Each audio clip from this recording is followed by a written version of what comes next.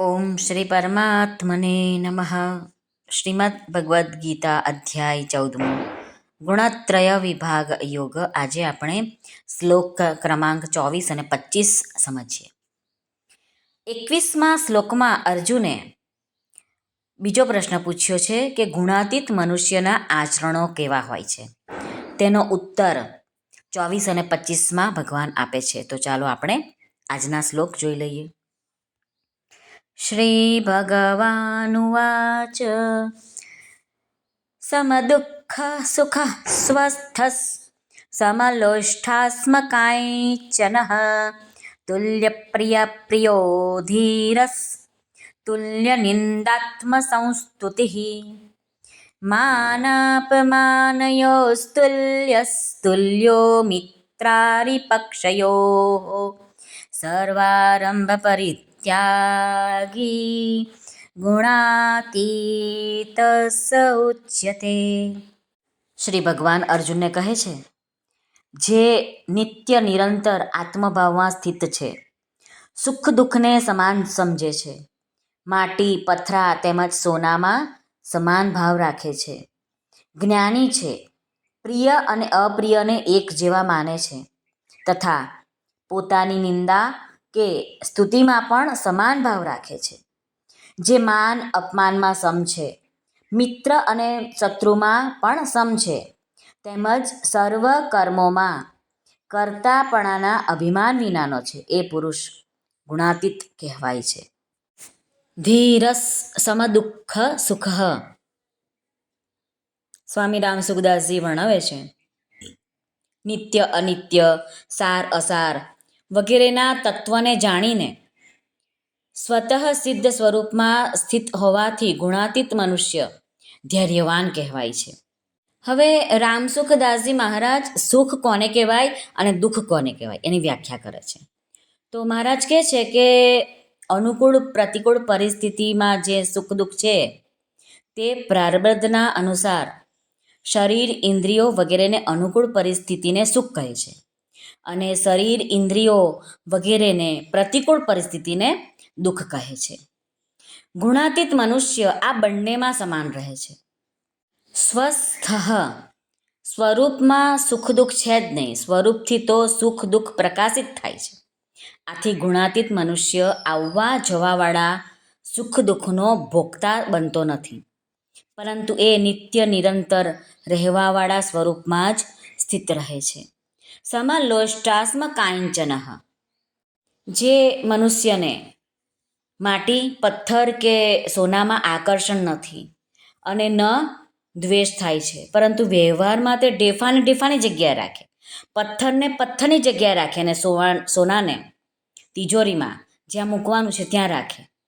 એટલે કે એની પ્રાપ્તિ અપ્રાપ્તિમાં એને હર્ષ કે શોક થતો નથી, પરંતુ એ સમાન જ રહે છે.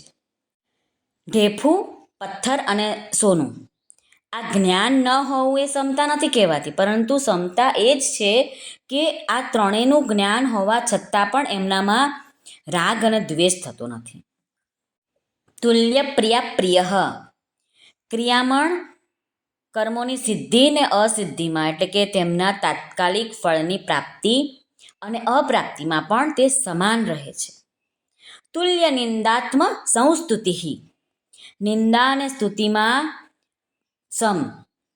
ગુણાતીત મનુષ્યનો નામની સાથે કોઈ સંબંધ રહેતો નથી.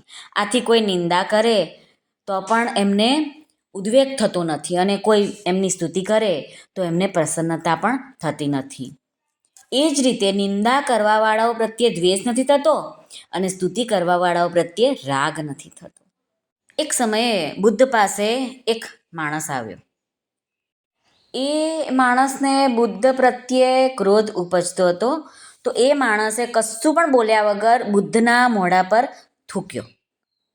બુદ્ધના મોઢા પર થૂક્યો એટલે ધ્યાનમગ્ન બુદ્ધ હતા, એમની આંખો ખુલી ગઈ અને એ માણસને જોયો તો એમના ફેસ પર ક્રોધની સહેજ પણ લહેરકી નથી આવી. અને બુદ્ધે કીધું કે બીજું કંઈ તારે કરવું છે? આટલું નમ્રતાથી બોલ્યા. તો એ માણસ વિસ્મયમાં પડી ગયો અને ઘરે ચાલ્યો ગયો. ઘરે જઈને રાત્રે ઊંઘમાં વિચાર કરતો હતો કે મેં આ બુદ્ધ પર થૂક્યો તો પણ એમનો કોઈ પ્રતિસાદ નથી મળ્યો. આ ખરેખર આ મનુષ્ય કોઈક દિવ્ય આત્મા હોવી જોઈએ. આથી આ માણસ બીજે દિવસે બુદ્ધ પાસે આવ્યો અને ગઈકાલના જે પોતાની કરતૂત હતી એની માફી માંગી અને રડ્યો કે મને માફ કર દો.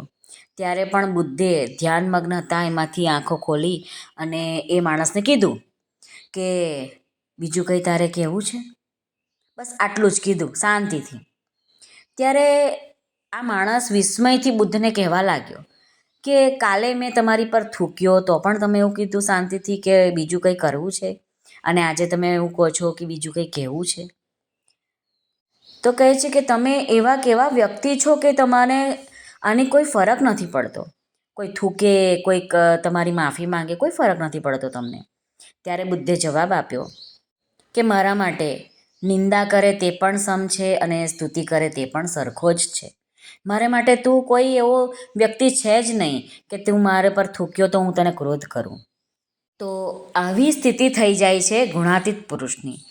જે ભગવાન અહીં કહી રહ્યા છે કે ગુણાતીત મનુષ્યના કેવા લક્ષણો, તો આવા લક્ષણો, બુદ્ધના જેવા લક્ષણો હોય છે ગુણાતીત પુરુષના. તુલ્ય મિત્રારી પક્ષયો. આ પુરુષ, ગુણાતીત પુરુષ મિત્ર અને શત્રુના પક્ષમાં સમાન રહે છે.